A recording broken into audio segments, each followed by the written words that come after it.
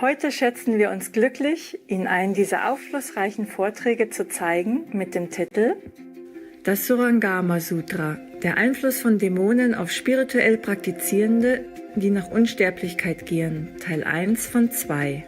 Bei zwischen Meisterin und Schülern, gehalten in Englisch, am 20. Januar 2019 in Shiu, Taiwan, auch bekannt als Formosa.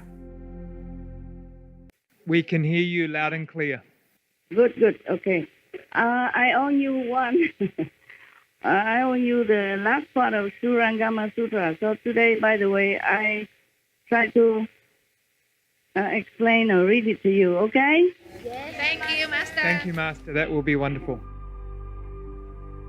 We should really thank the past masters, monks and nuns and scholars who has take time to record what the Buddha is teaching after the master's nirvana, and also for the past and present persons, lay or monks or nuns who has really dedicated themselves, sacrificed their time and precious health or under any difficult situation to translate this so that I can read it to you. And we have to thank them.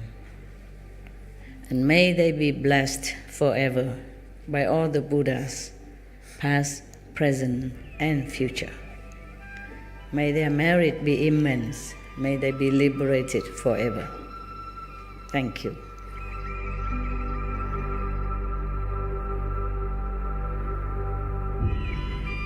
According to Buddhism and the believer and tradition, when you read sutra and all that, you have to put on incense, flower, and bow to the sutra first and thank all the Buddhas and Bodhisattva in 10 directions, all respectfully, before you read it, okay?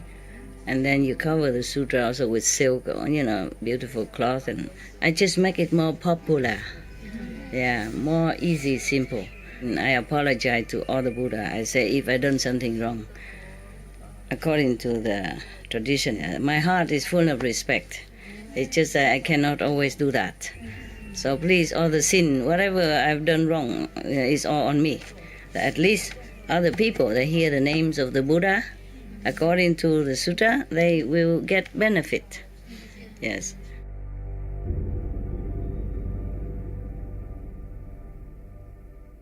Last time, we read until the demon that originally came from the essence that was created during an eclipse of the sun and the moon. Okay, that was, we have done with that. And now the next one, and it is the last one. The last one is that, okay? Further, in the unhindered clarity and wonder that ensues after the feeling skandha is gone, this good person is untroubled by any deviant mental state and experiences perfect, bright concentration. Within samadhi, his mind craves long life, so he toils at investigating its subtleties. As he greedily seeks for immortality, he wishes to cast aside the birth and death of the body, and suddenly he hopes to end the birth and death of thought as well, so that he can abide forever in a subtle form. At that time, a demon from the heaven sees the opportunity it has been waiting for. Its spirit possesses another person and uses him as a mouthpiece to expound the sutras and teachings. This person, unaware that he is possessed by a demon, claims he has reached unsurpassed nirvana. When he comes to see that good person who seeks long life, immortality, he arranges a seat and explains the teaching.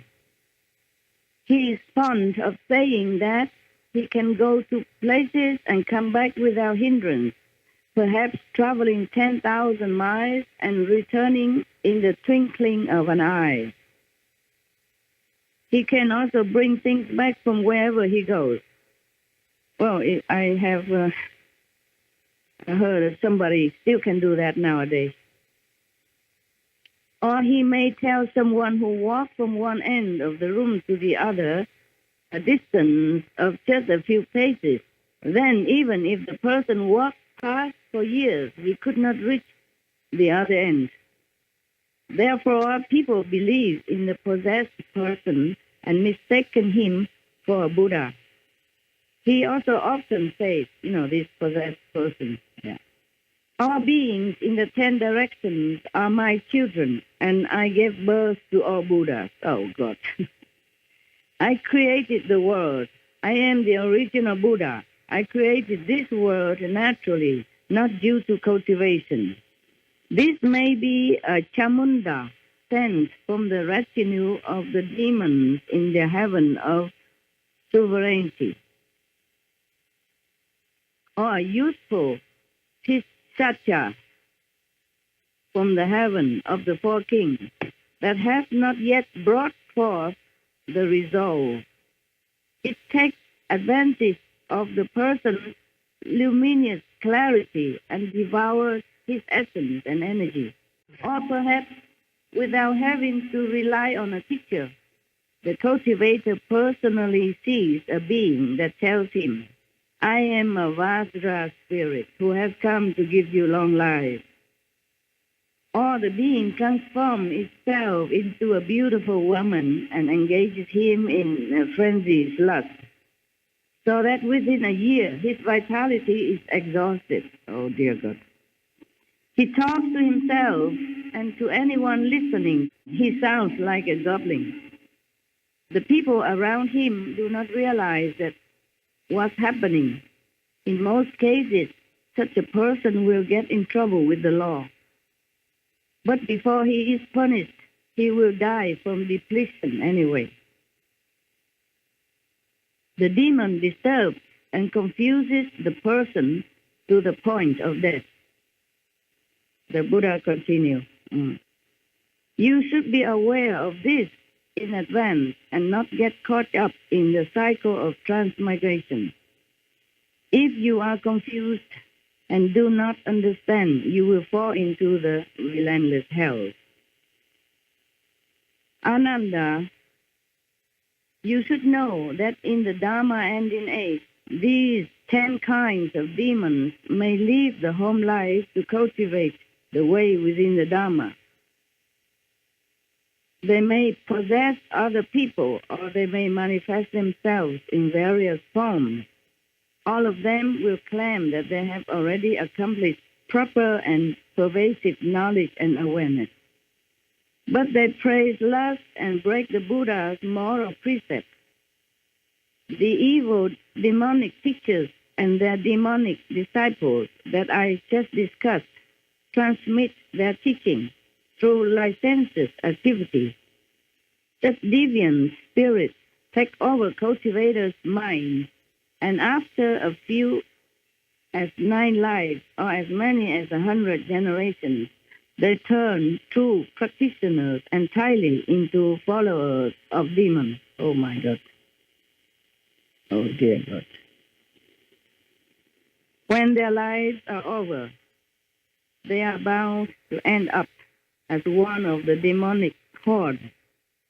They will lose their proper and pervasive knowledge and fall into the relentless hell. You need not enter nirvana yet, Ananda, although you are completing your attainment to the level beyond learning. Hold, nonetheless, to your vows to enter the Dharma ending age,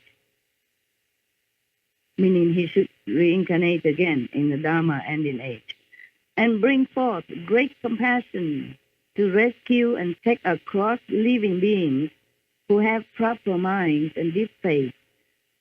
Do not let them become possessed by demons.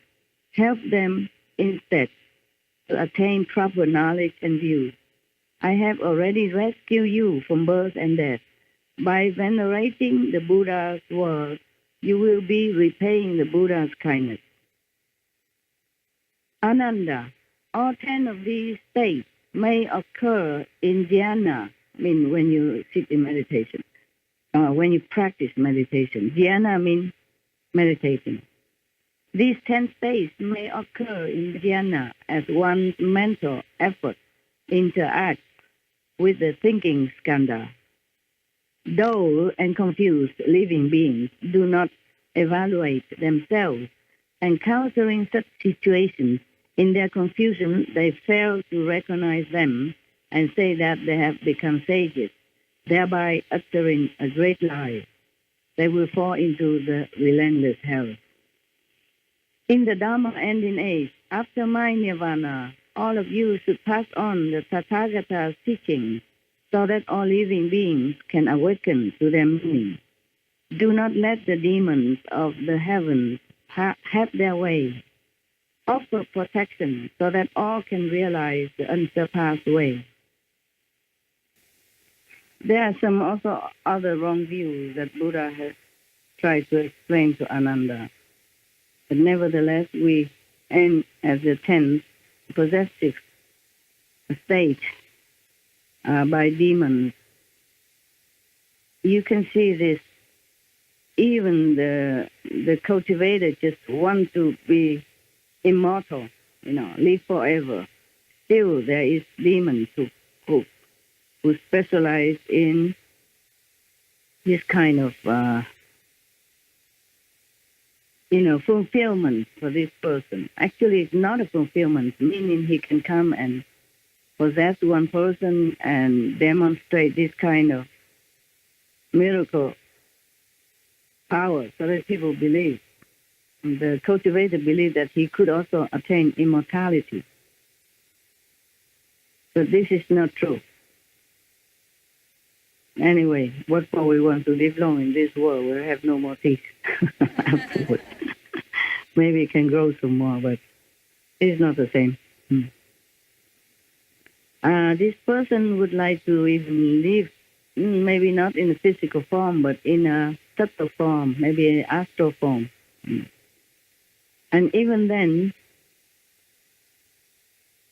it's not just making mistakes by wanting to be immortal, but he could be deluded into believing into the demon's promise, and then later even became a demon himself. So it is very risky to try to get it a quicker way or desire in such a not very proper thinking of a desired kind of state. We should not always thinking or wanting this and that. We just want to be liberated, and maybe maximum want to become Buddha so that we can liberate others. But do not seek for this kind of miraculous happenings or miracles like live forever, live long, or do all kind of these spectacular show-off. Then we will not have to reduce ourselves into a demonic state. Is that all clear? Clear, Master. You can see that. So the Buddha has asked Ananda and some of the saints in the assembly not to hurry and go to Nirvana, but to stay a while. So that after Buddha's Nirvana, they can help all sentient beings to ward themselves against the possessiveness of the demons. We should really thank the past masters, monks and nuns and scholars who has taken time to record what the Buddha is teaching after the master's nirvana, and also for the past and present persons, lay or monks or nuns who has really dedicated themselves, sacrificed their time and precious health or under any difficult situation to translate this so that I can read it to you. And we have to thank them. And may they be blessed forever by all the Buddhas, past, present, and future. May their merit be immense. May they be liberated forever. Thank you. Sometimes I want to scream out loud. All of you should just recite the holy name, meditate as much as you can at home and elsewhere, and just want liberation from all the created world. I mean the shadow created world, the shadow world. That would be the best wish, nothing else you should wish. Sometimes I want to scream out loud and come to each of your house and scream and say, please wake up. Do not be attached to anything in this world, however beautiful, however alluring, however promising. They are the chain that binds you forever in the cycle of transmigration. Look inside. Just look inside. Inside is the real world. Everything outside here that you can see or you want to look or you want to hold on to are not real. Not real at all. The more we are attracted to outside, the more we cannot be in the real world.